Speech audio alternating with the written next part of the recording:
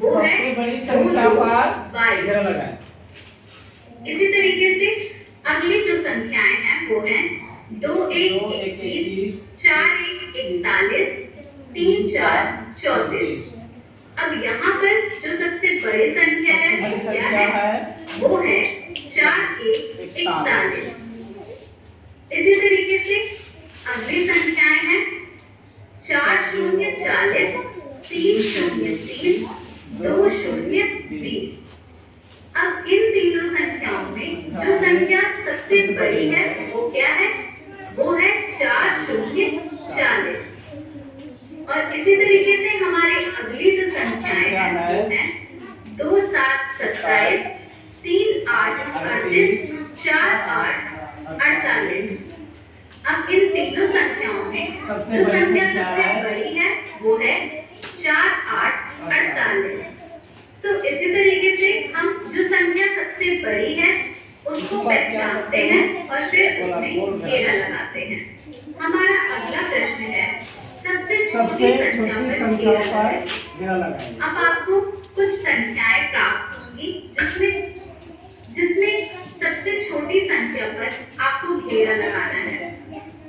तो बच्चों यहाँ पर जो संख्याएं हैं वो है 1 7 17, 1 9 सबसे छोटी संख्या पर घेरा लगाएं। तो यहाँ पर 1 7 17, 1 9 19, 2 2 22। सबसे छोटी संख्या 17। इसी तरीके से अगला जो प्रश्न है वो है सबसे छोटी संख्या पर घेरा लगाएं। 4 1 41, 3 4 34। तो 2 9 यहाँ पर जो संख्या सबसे छोटी है वो हमें क्या प्राप्त हो रही है? 2 यहाँ पर 9 हमें प्राप्त हो रही है 2 9 29। इसी तरीके से हमारा अगला जो प्रश्न है उसमें जो संख्याएं हमें दी गई हैं वो है 5 0 50, 3 0 30, 2 0 20। इन तीनों में जो संख्या सबसे छोटी है वो है 2 0 20।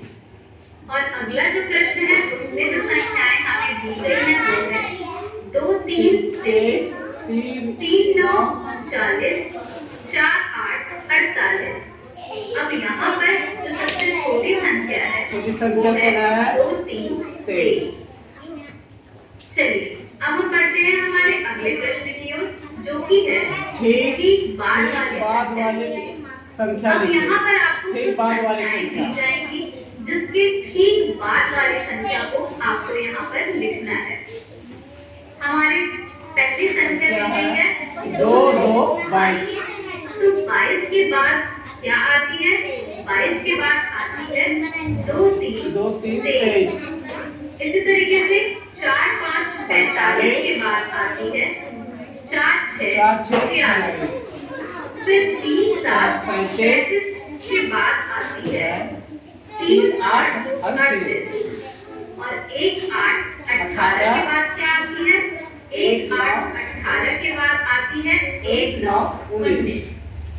तो इस तरीके से हम गिनती का प्रयोग करके संख्याओं के ठीक बाद वाली संख्या को पहचान सकते हैं। हमारा अगला प्रश्न है